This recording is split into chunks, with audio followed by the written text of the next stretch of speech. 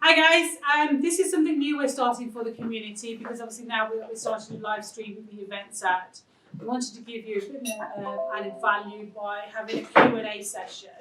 So I've got my team of experts here. We've got Peter Ken, Adrian, myself, Herschel and James. Now James has actually done a presentation today, so some of you guys will have seen that earlier. So what we're going to do today is Adam's going to ask us a few questions first, then we're going to open it out to the room, and what we'll do in future probably is have something where you can actually post questions to us. If you send us some questions that you would like us to cover, we can do that in future months. Yeah. Excellent. Let's start off with the first question because it's relevant. Interest rate rises today. Gone up from I think 0.5% to 0.75%. So how do you think that's going to affect property investors, the property market overall? More people coming in, going out? What do you think? Start with you. Oh, okay. For me, right.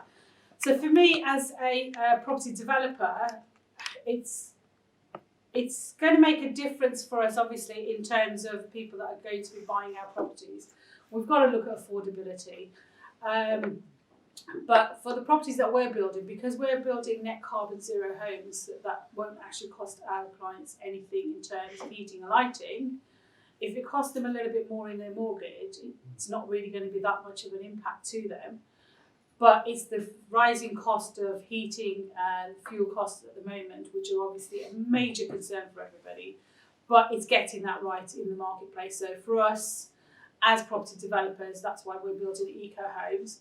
We're also bringing a new product to the market as well for people that are doing retrofits. So we can actually help you to achieve the same thing in your retrofits. So, you know, there's lots of different ways you can look at offsetting any costs that you've got. In terms of property developers, you know, I remember back in the day as a mortgage broker when mortgage rates were 15, 16, 17%. So this, I had that mortgage. Yes, so did I. So did I. Yeah. So, you know, 0.75, it's not that bad. Yeah. Let's make this a bit quicker, quick fire. You get 30 seconds each. Okay. So you pick the next person who's going to speak. Adrian. Okay. Interest rate rises. What's your thoughts? Rises. Well, again, as Carl said, I had that 15% mortgage. I was paying £374 a month on a £30,000 mortgage. So yeah, it is all relevant, isn't it? And I think, you know, when you're looking at property, as Carl's alluded to, we're now looking at different ways of heating buildings, you know, moving away from gas. And obviously, there's lots of products on the market now where you can consider insulating properties well. Clearly, SIPS panels have a massive advantage in that area, where actually the people in the house themselves are actually heating the property rather than the actual heating system. So when you start looking at energy costs, which I understand have gone up by 300% recently and are still on the rise, maybe interest rates is not what we should be focused on right now. Excellent. Let's expand the question out then. So it's not just the interest rates rises. So overall, take both questions in. Interest rates rises and utility costs. Next person, who's up? Okay. Well, it's not just that, it's just about everything else as well. So material costs are going through the roof as well. So we're hoping that wages are going to go up as well to cover it. Something's got to happen. I'm starting to sense a general trend of everything going on. Everything's going on. You can only go so let's just open up to the whole question, yeah? How do you feel about everything going up in prices at the moment? Well, it's reality, isn't it? Yeah. At the end of the day. And I know a lot of people think, well, you know, the cost of... Thank you.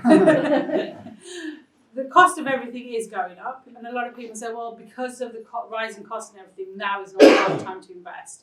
And 20 years ago was the right time to invest. Well, in 20 years' time, people are going to say 20 years ago was the right time to invest. So if you really want to get into property, now is always the right time. It's about getting the right education, though, so that you can make sure that the money that you are investing, you are actually investing it in the right type of properties. You're looking at, obviously, in terms of what we all do, the future home standard is important, and a lot of people that are actually going and doing properties at the moment, refurbs and conversions, don't even know what that means. So first of all, you need to find out what that actually means and how that's going to impact on not only what you're doing now, but if you're building these properties or converting these properties to hold, this is going to impact on you. So you need to know about these things. Don't worry about the interest rate rise, but worry about everything else. Worry about getting it right. Absolutely. I think the risk in property is not things like energy costs or interest cost rises, because they are something you have to factor into your deal. So if you factor in a deal together, and as Jim went through earlier, and you put everything into your spreadsheet, which includes all of these things, including material costs going up as well, it just makes it slightly more difficult to make things to stack. But equally, the world has got to continue. What it does do, on a positive note, is it means the educated property investors and the educated developers who are doing things right and properly will continue to do so. And what will happen is people that aren't well educated will actually catch a cold and lose money. So, for the people in this room that are going down the route of educating themselves and working with professionals, you are protected because you're taking the risk out of that. But when there's a huge wave and property prices are booming, I remember watching a property program once where somebody made money purely because they put a underground stop near him, and he'd actually lost money on the project on paper, but the house prices went up, and he was considered a success. I mean, for me, it was a failure because in any other environment, without that happening, he would have lost money. And I think that's where we've been recently with property and interest rates being low. Individuals have had access to money, remortgaging their properties, buying rental properties. That will probably slow down a bit, I think. Is he doing a course now? Yeah, absolutely. Not one. From a tax perspective, Tell us that's not going up. well, they're freezing everything, so the tax is effectively going up. But from a tax perspective, it's important to consider how you're geared in terms of your property and also the size of your portfolio, because the obvious thing is that it may affect you in terms of Section 24 interest relief. So it's maybe time to revisit how you're structuring the business from a tax perspective. I think we do tend to say all the time as well to anybody that's, obviously if they've got a portfolio, look at how that's been structured. But if you're looking to get into anything new, get the structure of that right from the start, and that means having the right conversations with the right professionals, a tax accountant, your solicitor, your broker. These relationships are key to make sure that you're actually doing things the right way. I'll add that interest rates, energy, other things, everything changes around you. And I sort of a bit of an ethos of don't worry about stuff I can't change and focus on what is and move on from there. Because interest rate change, tax changes, energy going up, planning and building control changes always happen. And it's all, that's fine, it's happened now. Let's work out what the new norm is and move forward from there. And just reiterating some points on when you're looking at developments, account for this. Don't start trying to do flips on a 5-10% profit margin because that will soon get wiped out when something changes.